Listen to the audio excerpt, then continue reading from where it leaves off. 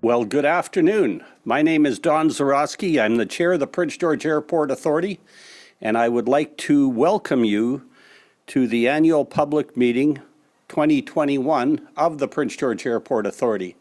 This is a virtual annual general meeting or annual public meeting, and we're on the traditional territory of the Claitla-Tenay, and we thank them for allowing us to meet here. And like you, we would rather be doing this in person. And with just a little good luck and good management, maybe next year we will be in person again and we'll be hosting this with coffee, water, and our infamous donuts. But not this year, not yet. This meeting is a combination of the Prince George Airport Authority's annual public meeting and community consultation meeting. And we are fairly well attended for it being virtual, and we thank you for that. I will give a brief report. Well, first of all, let me deal with some housekeeping. There are some housekeeping details in this virtual format. There will be a Q&A period at the end of the presentation, and we ask that you enter your question into the chat or raise your hand if you wish to speak. All attendees are allowed one question and one follow-up. We will not spend more than 5 minutes per topic. However, we are happy to schedule a meeting should you want to discuss further. And that is a real offer. If you want to have a in-depth discussion with the Prince George Airport Authority, we're very open to meeting with you. It's important to hear your thoughts and concerns and ideas, and please reach out. Chair's report. The Prince George Airport Authority is a not-for-profit organization that operates the airport on behalf of the federal government and, at least as importantly, on behalf of the region we serve. This airport belongs to Northern British Columbia, and we enthusiastically provide services to you, and we aspire to provide more again once we get past this pandemic time period. The 2020 annual report can be found on our website at www.pgairport.ca. And if you have trouble discovering it or any challenge with that, please contact us. It's a lot of effort goes into that report. We don't print copious numbers of them as we used to because it'll be available on our website, and most of it became recyclable anyway. So we encourage you to have a look at it online. It actually is an interesting read. This has been a turbulent time period, if we could use that commonly used air travel term, turbulence. I could talk to you about passenger volumes being down much more than 50% in 2020 and cite the associated financial pains that went with that.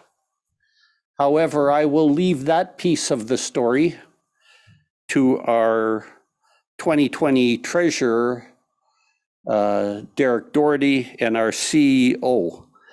And rather, I'll talk to you about some moving forward items that are of more interest to me, and I hope you as well. Many in the aviation industry think the road to recovery is long. However, that is more your decision than ours. We agree that it is not an overnight return to normal. However, a quick start or quicker start is achievable. That is more your decision than ours. We encourage you to get back to doing business in person and maintaining your business professional relationships. Visit your family and friends in person. That adds to the quality of life, and that's how we have lived most of our lives. Let's get back to that. Warm holidays. Let you hear it first from us. It will be winter in Prince George in northern British Columbia in January 2021. We'll make that commitment to you. from the Prince George Airport Authority. I know my wife and I will go on a warm holiday in January. We attempt to every year. We couldn't last year. I'm suspicious Derek Doherty, our 2020 treasurer, aspires to go on a warm holiday in this winter as well, and we will not be going together. But I am very hopeful we fly out of the Prince George Airport in some of that same time period. And we want you to travel more. We need you to travel more to get some of the services back. As soon as public health says it's okay, of course, safety is imperative. And we do not want to put you in harm's way. Although the information we receive, and that is commonly circulated in our airport world, the air quality in airports and in airplanes is generally equal to or better than most office buildings. So we want to moderate some of the unjustifiable fear out there. You can travel more safely than most people believe. And I know that that information needs to get out there, and we will be part of getting it out there when it is some of the restrictions are lifted by our public health people. None of us are enjoying the cost of airline tickets right now, and it is a rare thing that I defend high prices from airlines. But I want to be empathetic, or just a little empathetic, in the fact that they're seeing very light load levels. So their cost of operating and the economics of their business is extremely difficult. And we can help minimize that by getting more bums in seats. That's simply what needs to happen. We need to use them again for business travel and personal travel, and it'll take a while for the economics and the competition to come back and stabilize. So let's get back to more normal as soon as we can, and we believe that will certainly begin in an accelerated way in the second half of 2021. Join me and get a suntan this winter and visit family across this country and beyond, which is certainly a starting point. We are ready when you are. The Prince George Airport Authority looks forward to seeing more of you again at the airport and on airplanes. Now I want to talk about some of the people that I have the pleasure and privilege of working with, and that are extremely committed to the mandate of the Prince George Airport Authority in serving our region and beyond. This year, we're welcoming, or in 2020, should I say, we are welcoming a new director. His name is Frank Robertson. He was newly appointed by the Prince George Airport Authority in 2020, and he's begun to serve with enthusiasm. And we look forward to Frank working with us for a long time. I want to go through and list the directors, the people that are currently on the board. Derek Doherty was the treasurer in 2020, nominated by the Prince George Airport Authority. Todd Corrigal was the secretary in 2020, still is, nominated by the Chamber of Commerce. Sandra Lee Rossi is the chair of the HR committee, nominated by the Prince George Airport Authority. Emily Chung, I see you on the screen up there, Emily. I don't know if you realize how infamous you're getting at the moment. Chair of Major Projects Committee, nominated by the Regional District of Fraser Fort George. I saw Art Kane was on as well. He's the chair of the Regional District. Frank Robertson, as I'd mentioned. Shauna Harper, Director at Large, nominated by the City of Prince George. Shauna's put a lot of energy into the Airport Authority. Terry Kuzma, all the way from Ness Lake. Glad you're with us, Terry, nominated by the Prince George Airport Authority. Alan Lefebvre, I'll mention Alan, although he wasn't there in 2020, he's newly appointed in 2021, and you're here. Welcome, Alan. Regina Toth, Director at Large, nominated by the federal government.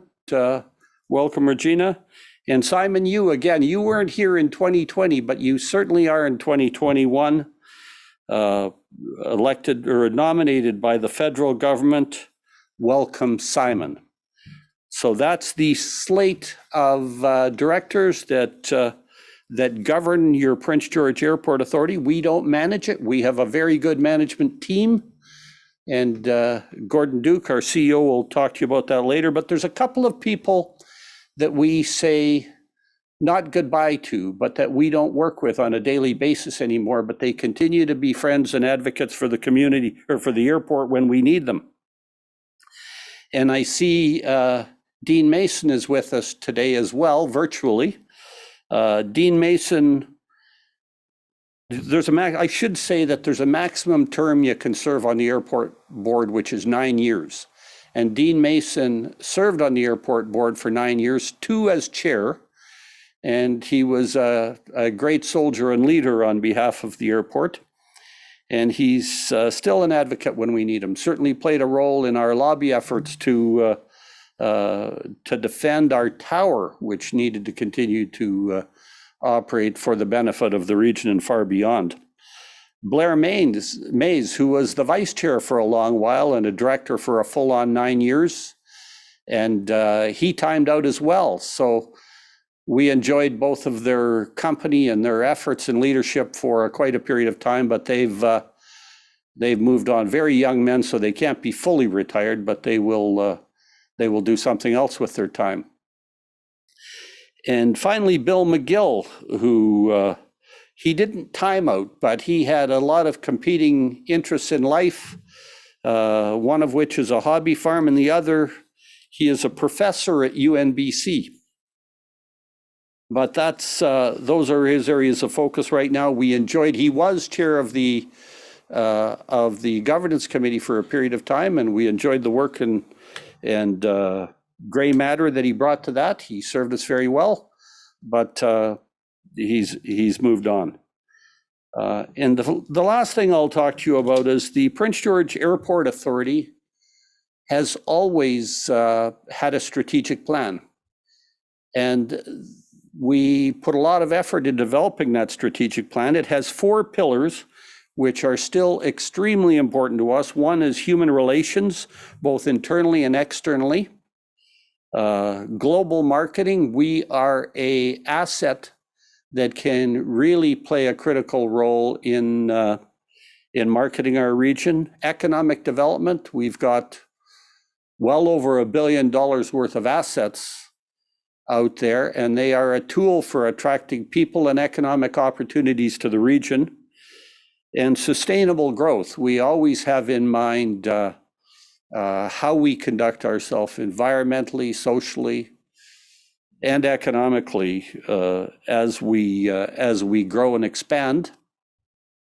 But I must tell you that the very complex work plan that supported these 4 pillars has been on sabbatical to a large degree this last year, as COVID in so many ways has dictated a lot of our activities, not entirely, but public safety, the safety of our staff, our service providers, the airlines, car rental agencies, survival and thriving has been the focus as opposed to growth at the moment. But that's not where we want to live. This is but a detour. We will get back to that as quickly as we can. So with that, I think I've said a lot of what I'm going to say. I very much appreciate the attendance and your interest, participation, and commitment.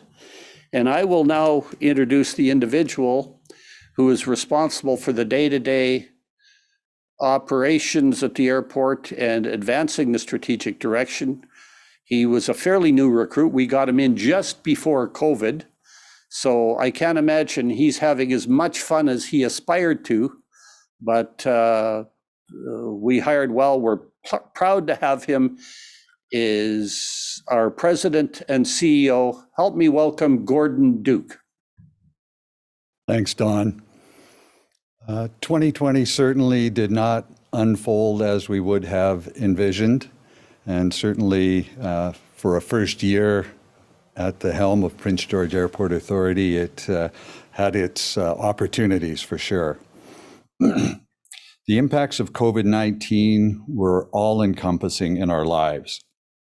And for the aviation sector, devastated air travel services and revenues.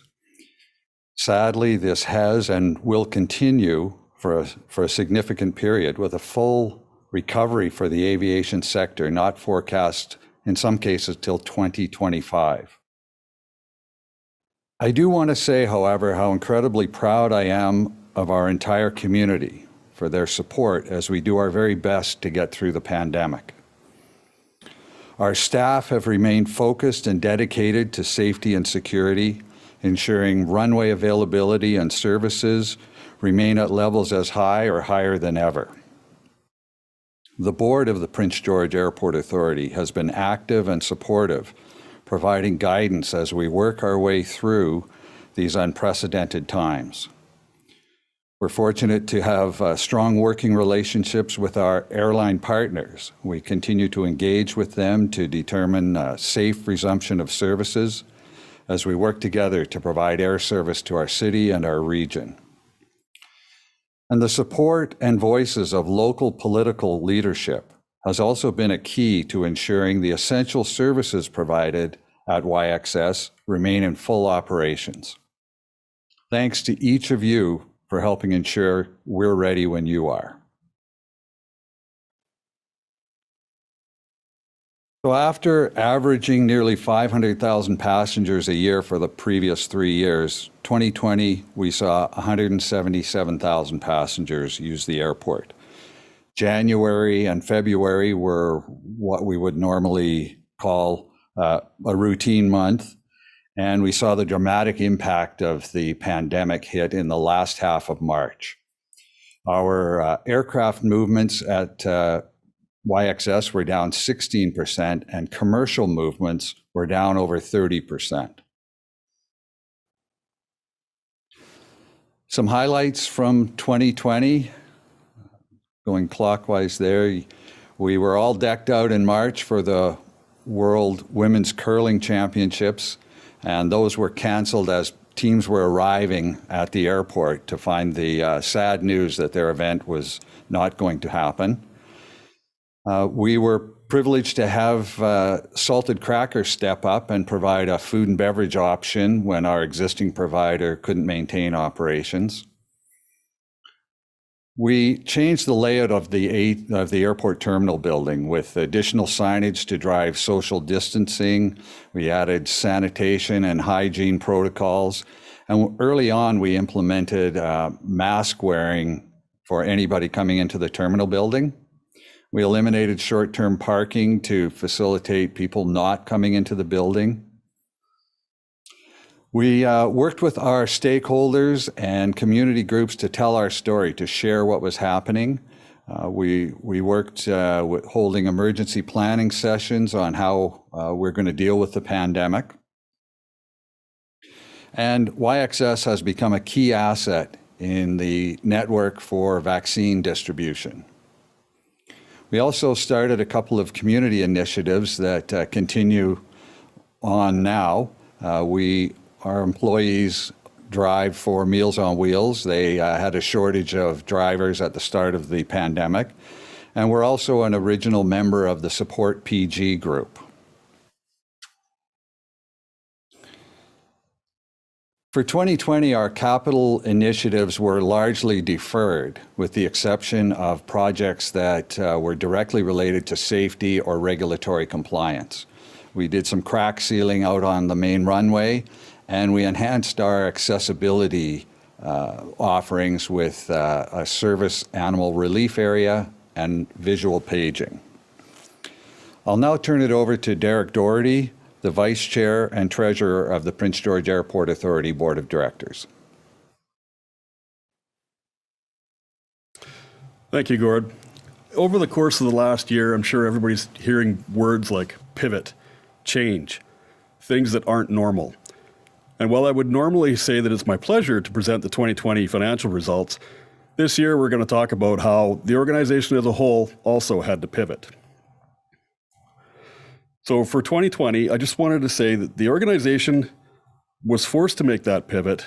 We can't just shut the runway down and close the doors and go home for the day because we got locked out or we got locked down. We had to continue to operate. And with that, that meant we had to incur costs. We had to still spend for safety reasons. We still had to deal with regulators. And so with that, I just want to say my hat's off to the organization. They were able to make that pivot.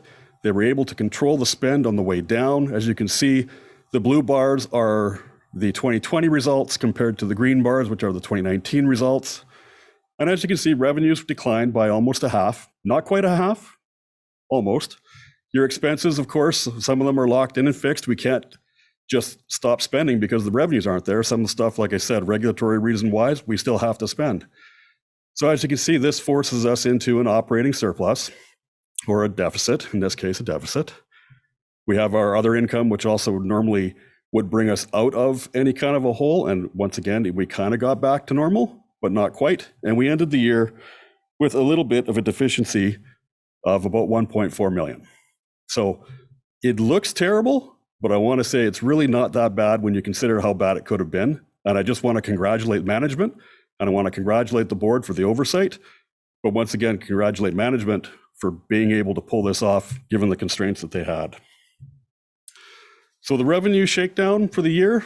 Now these bar graphs, you kind of have to look at each side in its own. You can't compare the two because they've been common sized. So when we say 100% is 100%, but if you look at the totals at the bottom there, we're saying that in 2020, our total revenue was 5.3 million compared to 2019 where it was 9.2 million. So what we're trying to disclose to you here is how the revenue makeup exists and the fact that it really didn't change much over the year. It was just smaller. Again, on the expense side, the item I wanted to draw your attention to here again, the bars represent 100% of the population. It's not dollar for dollar here that we're comparing year over year. So the total expenses in 2020 were 6.4 million compared to 7.8 in 2019. But the important thing here is when you look at some of the costs we could control, the green bar in the middle there is your admin costs. These are certain things that we could control. And as we said, management did an outstanding job controlling those costs.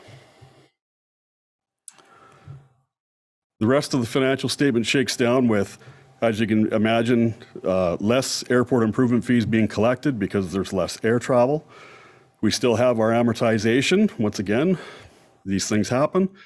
There's the amortization of your deferred contributions, that's an income. Then we have our amortization of the hard assets, that's an expense. Very little gain or loss. We still had to pay some interest, but not as much because we were able to do some restructuring. Remeasurement of a pension benefit, it was consistent with the prior year. The government assistance of $1 million, that would be attributable to the Canadian Emergency Wage Subsidy. For total other revenue and expenses of a loss of $339,000 compared to income last year of $2.3 million. Our balance sheet remains strong.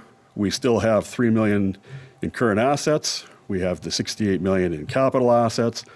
We have the defined benefit. This is our pension plan. As you can see, it's increased over the year, which is great, for total assets of $73 million.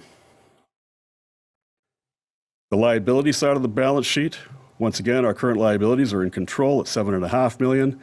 Our long-term debt gone up a little bit. This is explainable because we were able to do some restructuring on the debt side because of COVID. Our deferred contributions, these are our unearned revenue numbers. This is 18 million versus 20 the previous year.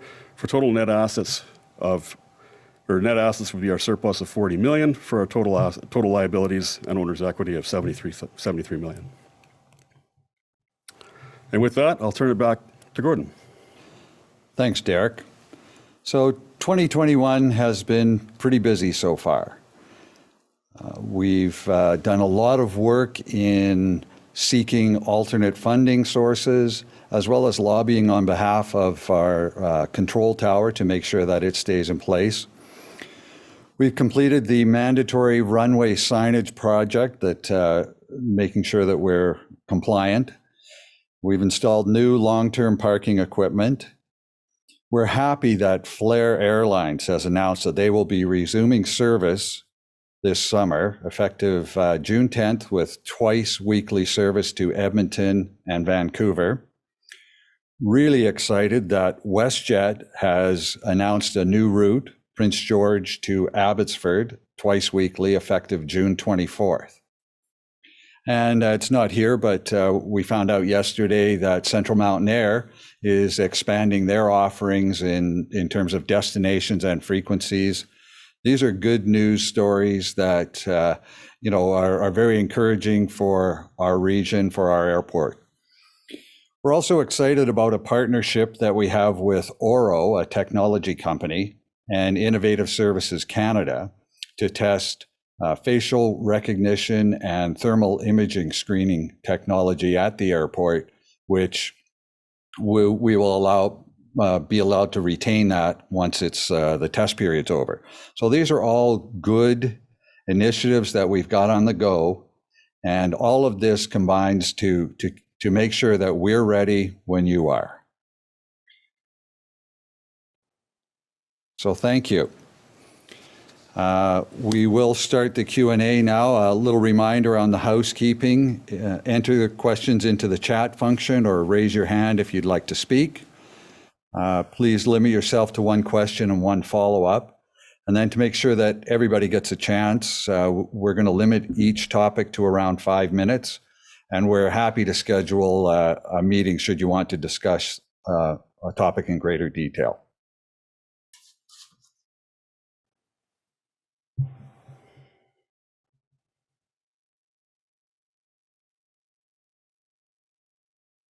We have one comment. Sandra Rossi says, thanks for the presentation.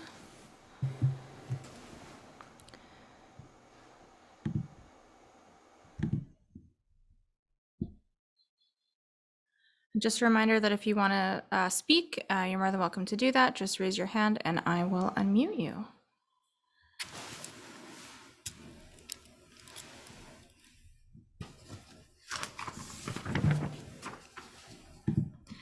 Michael has a question. Michael, you will receive a message asking you to unmute yourself. Once you do so, you will be able to speak.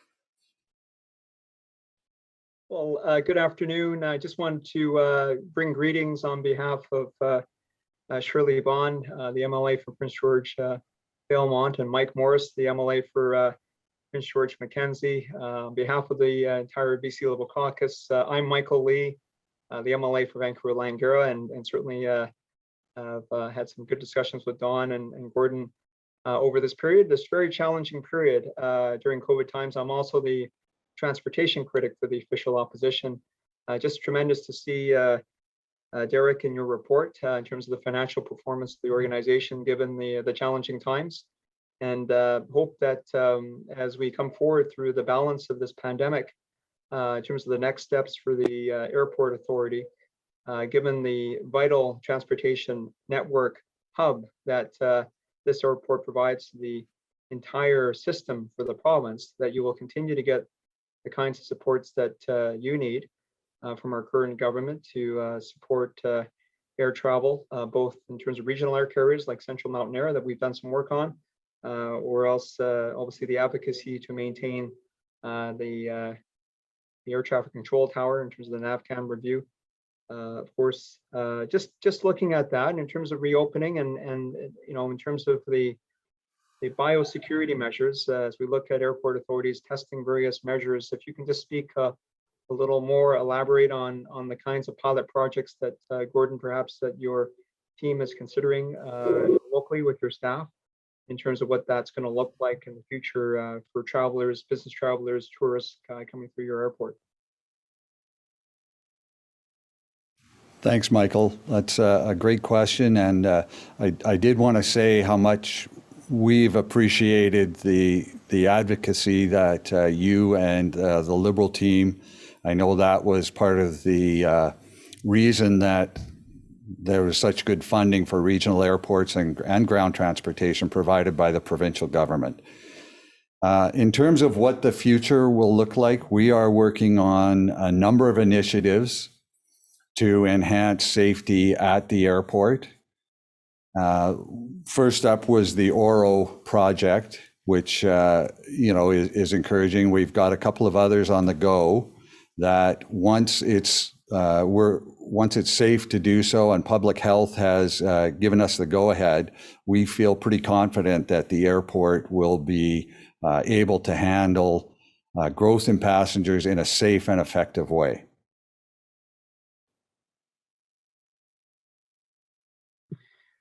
Thanks for that. If I can Okay. just have a quick supplemental on that. So are you getting the right level of cooperation from Northern Health and Provincial Health Ministry on any pilot projects that might be run there? I know that with the Calgary Airport and the Vancouver Airport, of course, there's been various partnerships, let's say, and I just wanted to get a sense from you in terms of some of that nexus, let's say, with the health ministry and the health authorities.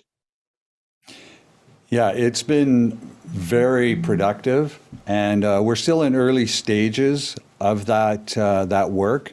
But I feel once it gets going, we're going to be up and running with testing and that kind of thing for international travel, for whatever comes our way. I think we've got a good group with Northern Health and our team working together.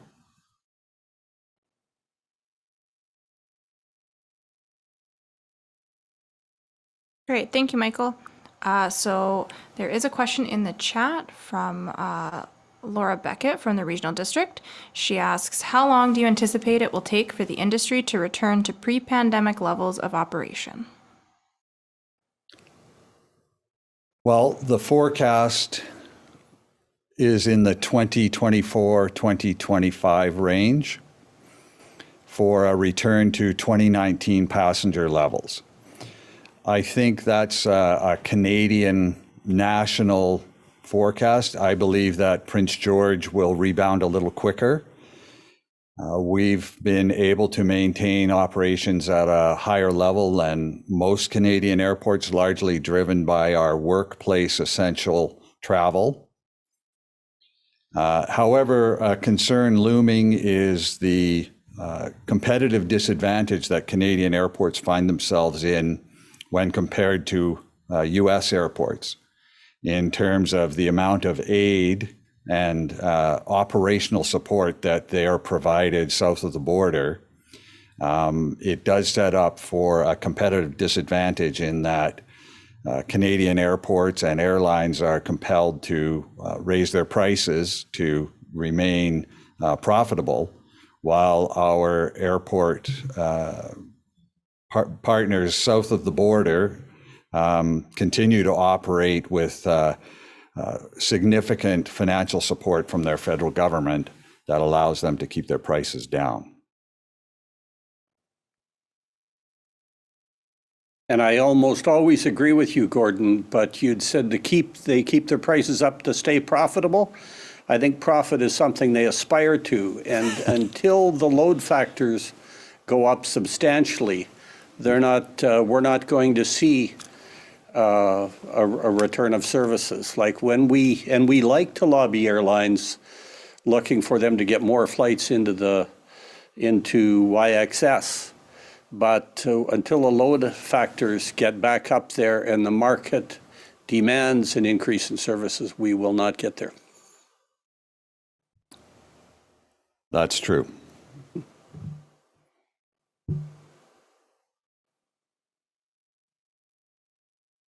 So if there are no further questions, we thank you for your time for attending our annual public meeting.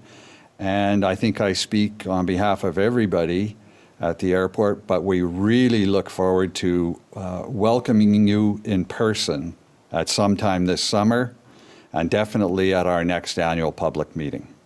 Thank you.